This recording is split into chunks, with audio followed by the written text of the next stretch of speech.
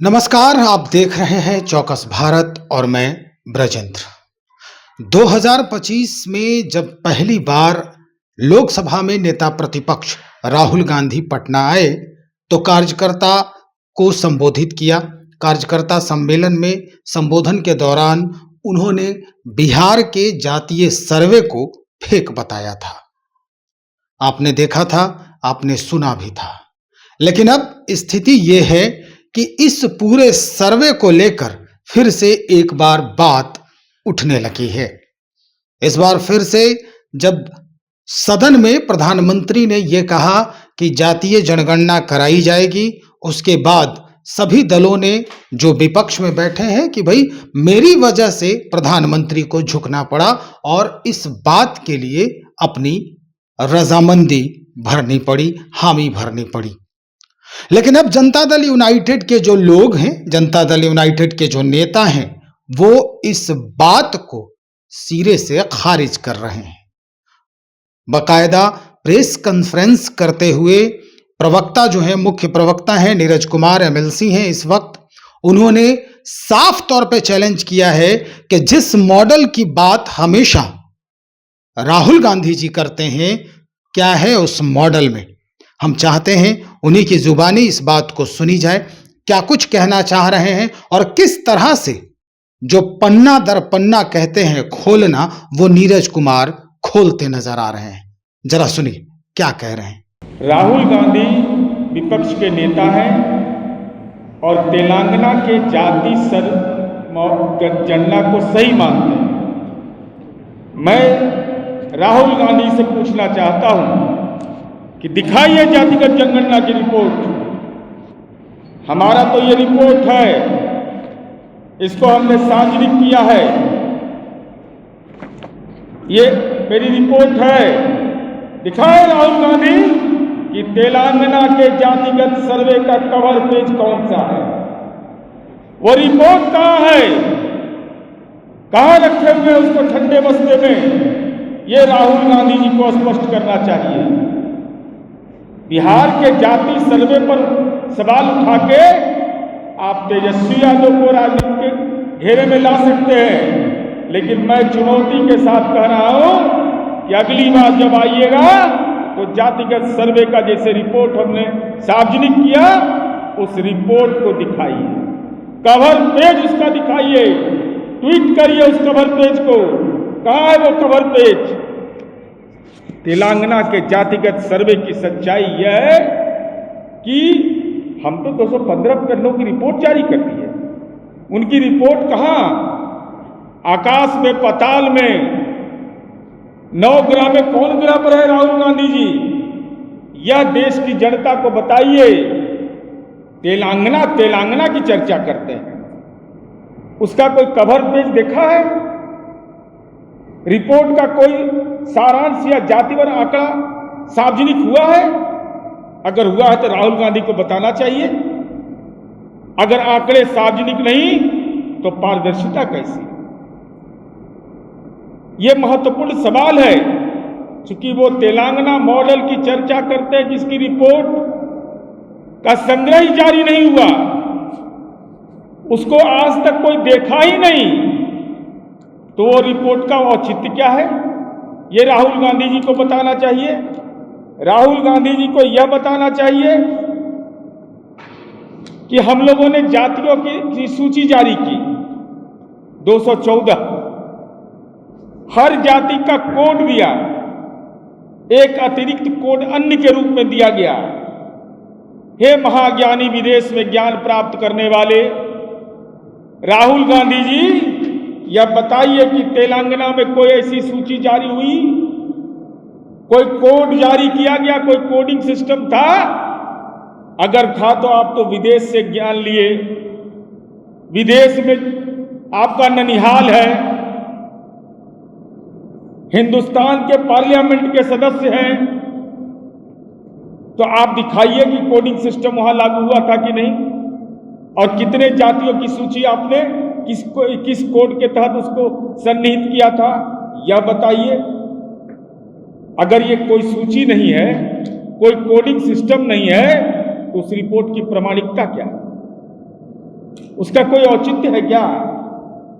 अभी बताया माननीय राजीव भैया ने ये कि अल्पसंख्यक समुदाय का, अल्पसंख्यक में केवल वही नहीं आते हैं, इस्लाम धर्म मानने वाले लोगों का हम लोगों ने वर्गीकरण किया, उनका सामान्य, पिछड़ा, अत्यंत पिछड़ा के रूप में। तेलंगाना में ऐसा कोई वर्गीकरण नहीं हुआ। तो सच्चर कमीशन की वो रिपोर्ट क्या कहती है? राहुल गांधी जी, आपको बताना पड़ेगा कि मुसलमानों के हालात दलितों से बदतर हैं, लेकिन आपने मुस्लिम समुदाय का वर्गीकरण करना भी मंजूर नहीं किया।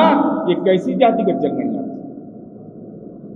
और हम यह जानना चाहते हैं ईबीसी की संख्या क्या है तेलंगाना में, जरा बताइए।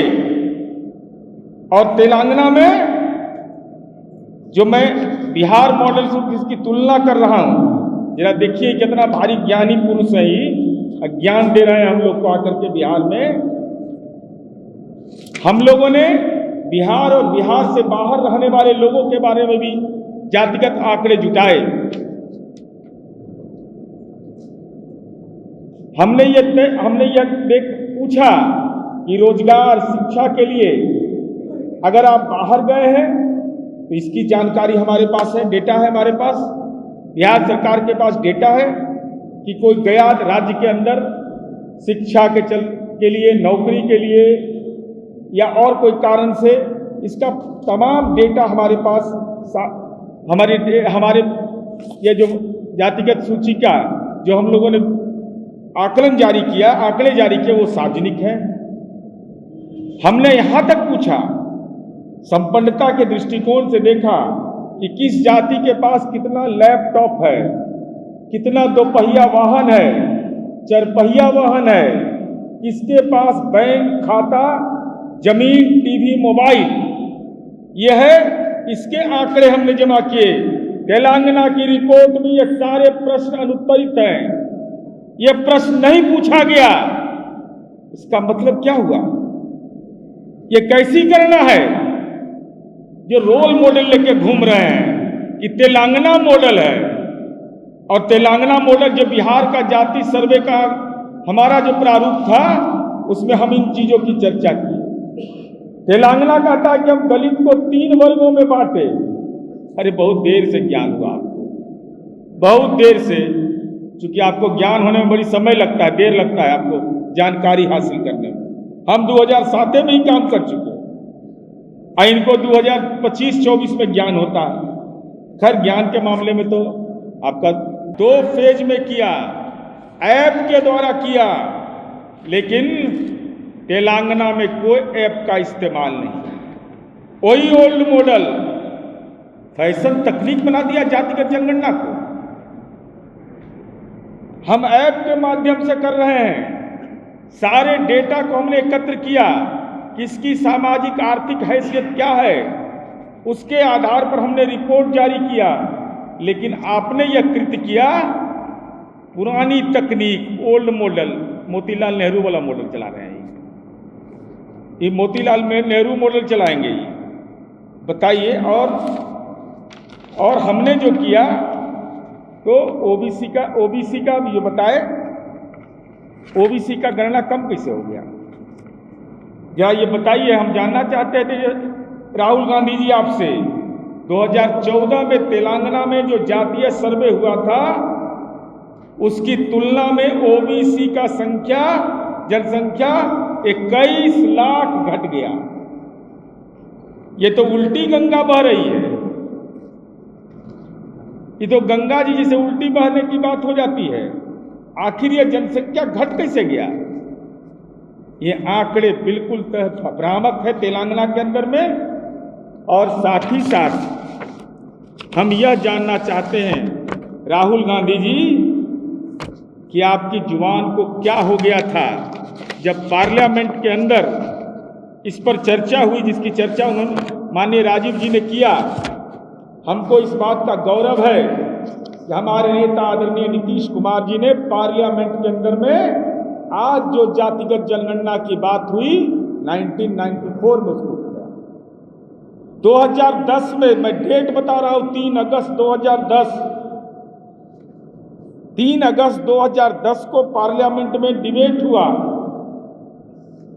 राहुल गांधी जी आप सदस्य थे सदन के, माननीय शरद यादव हो, माननीय मुलायम सिंह जैसे नेता हो, तमाम लोगों ने जातिगत जनगणना पर अपनी राय व्यक्त किया, लेकिन राहुल गांधी राजनैतिक रूप से कायर व्यक्ति सदन भी उस दिन नहीं गए, सदन नहीं गए। जातिगत जनगणना पर चूंकि बहस होनी थी, दिमाग राजनैतिक रूप से प्रदूषित था, सदन के अंदर नहीं गए, पार्लियामेंट नहीं गए। यार ये बोलने के लिए कहा जाएगा तो हमारे मन के अंदर तो दूसरा सवाल है। और अभी दरभंगा की घटना की चर्चा किया, मैं चर्चा उस पर ज्यादा नहीं करना चाहता, ये कागजात है और दस्तावेज गलत नहीं बोलता। कार्यक्रम क्या है जरा ये सुन लीजिए। इनका कार्यक्रम है राजकीय अंबेडकर कल्याण छात्रावास मोगलपुरा दरभंगा में संविधान और सामाजिक न्याय लीडरशिप प्रोग्राम। माननीय राहुल गांधी जी, माननीय नीतीश कुमार जी के नेतृत्व में एनडीए की सरकार ने दलितों को लीडरशिप क्या दिया है, जरा बताइएगा। आप कांग्रेस को भी राज करने का मौका मिला है, अब भी राज कर रहा है। जिला परिषद का अध्यक्ष होता है दलित समुदाय का व्यक्ति, उसका सेक्रेटरी होता है आईएएस। किसको लीडरशिप कहते हैं? दलित अध्यक्ष है दलित समुदाय का व्यक्ति और उसका सेक्रेटरी है भारतीय प्रशासनिक सेवा का पदाधिकारी। कांग्रेस शासित प्रदेश में क्या यह व्यवस्था कायम है? कितने दलितों को आपने पंचायती राज में हिस्सेदारी दिया? हम तो एक सामान्य उदाहरण बता रहे हैं आपको। स्पष्ट हो गया होगा कि नीरज कुमार किस तरह से पूरी जो कोशिश है इनकी, जो सबूत है पुख्ता तौर पे वो जुटाने का प्रयास किया है।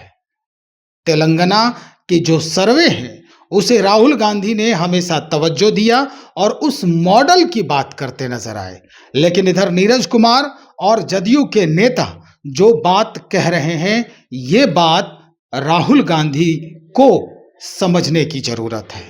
आखिर ये वेरिएशन क्यों? आखिर बिहार के इस सर्वे पर राहुल गांधी को आपत्ति क्यों है? कई सवाल अब खड़े हो रहे हैं इस जवाब के बाद, यानी जनता दल यूनाइटेड के जवाब के बाद।